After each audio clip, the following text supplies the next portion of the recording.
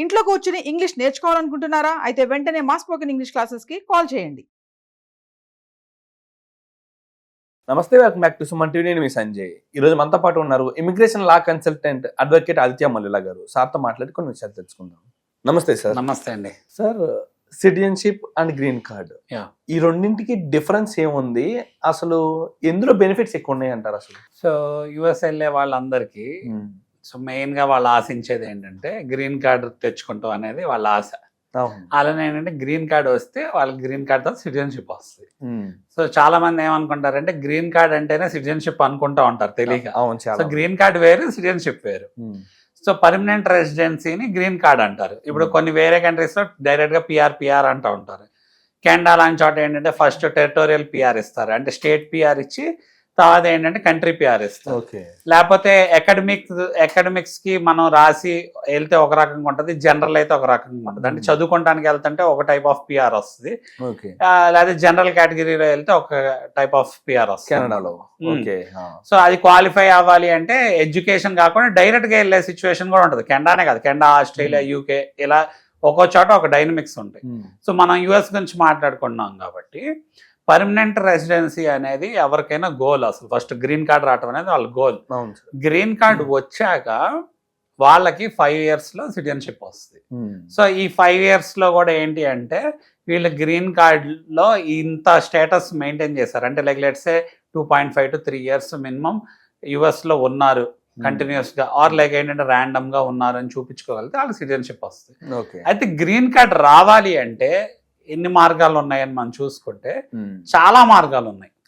So చాలా రకాలు ఉన్నాయి. సో ఏంటంటే అది బ్లడ్ రిలేటివ్ ద్వారా స్పాన్సర్ చేస్తే ఒక రకమైన గ్రీన్ కార్డు, లేకపోతే మనం అక్కడ సిటిజన్షిప్ ఉన్న పెళ్లి చేసుకుంటే అదొక కేటగిరీ, అయితే రెఫ్యూజీ అసైలం కేటగిరీ అంటే శరణార్థులుగా వెళ్తే అదొకటి, అన్డాక్యుమెంటెడ్ గా వెళ్ళి ఇలా రెఫ్యూజీ కోరితే అదొక కేటగిరీ.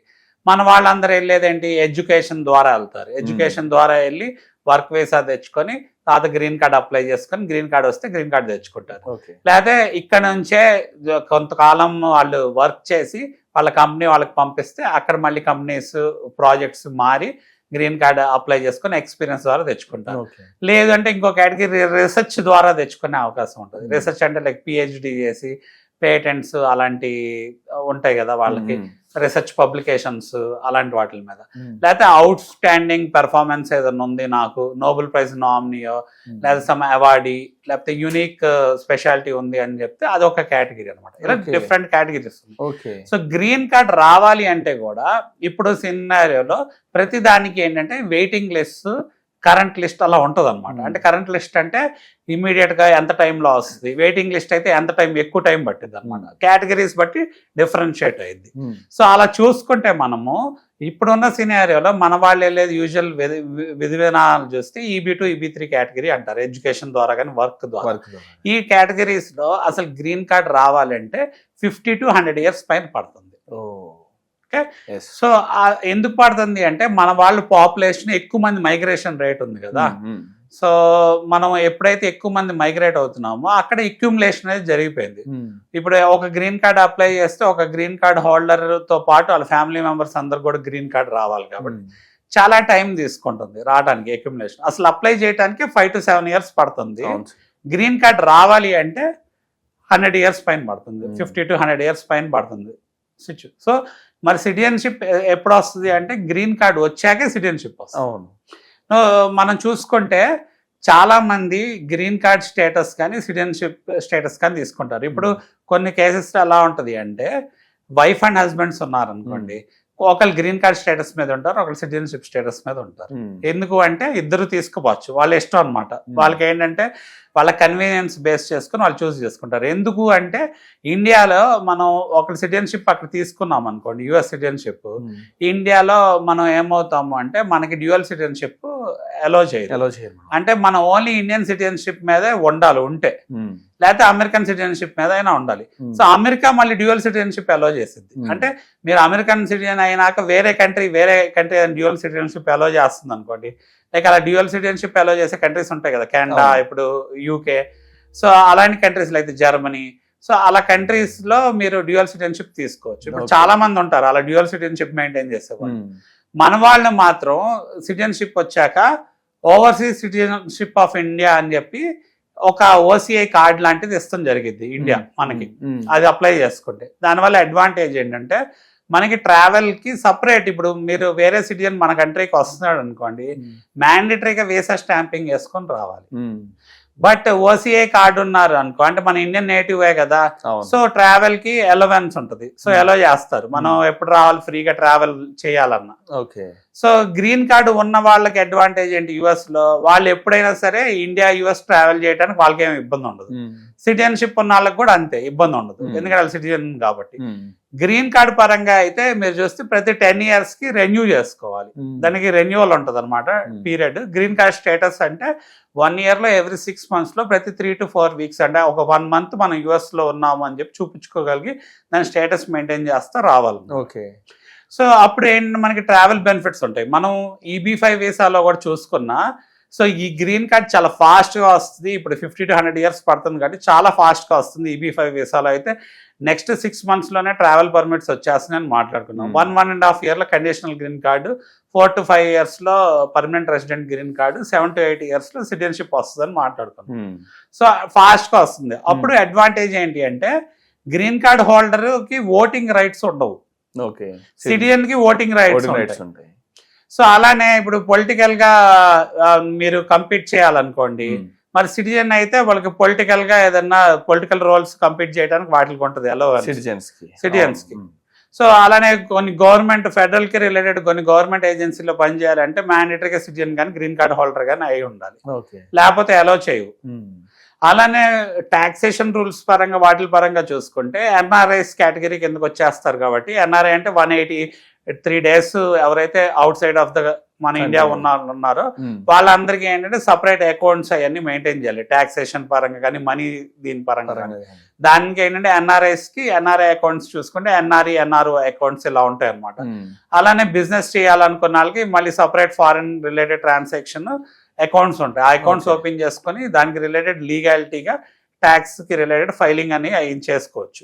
సో అంటే డబ్బులు మనం యుఎస్ నుంచి ఇండియాకి, యుఎస్ లో ఎర్న్ చేసినవి ఇండియాకి తీసుకురావాలన్నా, లేకపోతే ఇండియాలో ఎర్న్ చేస్తున్నాయి ఏ అకౌంట్ లో పడాలి అన్నదానికి కూడా క్లాసిఫికేషన్ ఉంటుంది. ప్లస్ మళ్ళీ ఇండియా నుంచి మనం యుఎస్ తీసుకెళ్లాలన్నా దానికి లిమిటేషన్స్ ఉంటాయి. రీపాట్రియేషన్ అమౌంట్ అంటారు, లేకపోతే గిఫ్ట్ ద్వారా వచ్చిన అమౌంట్ అంటారు. అలానే వీళ్ళు ఫార్మ్ ల్యాండ్స్, అగ్రికల్చర్ ప్లాట్స్ కొనాలనుకోండి కొంచెం ఇబ్బంది ఉంటుంది అనమాట. వాళ్ళకి ఏంటంటే దానికి లీగాలిటీస్ ఉంటాయి, ఆర్బీఐ గైడ్ లైన్స్ ప్రకారం పర్మిషన్స్ తెచ్చుకొని కొనాలి. లేకపోతే మామూలు కమర్షియల్ మన ఇండియాలో అంటున్నారా? ఇండియాలో నేను ఎందుకంటే వాళ్ళు ఎన్ఆర్ఐ స్టేటస్ కింద క్లాసిఫై అయిపోతారు కాబట్టి.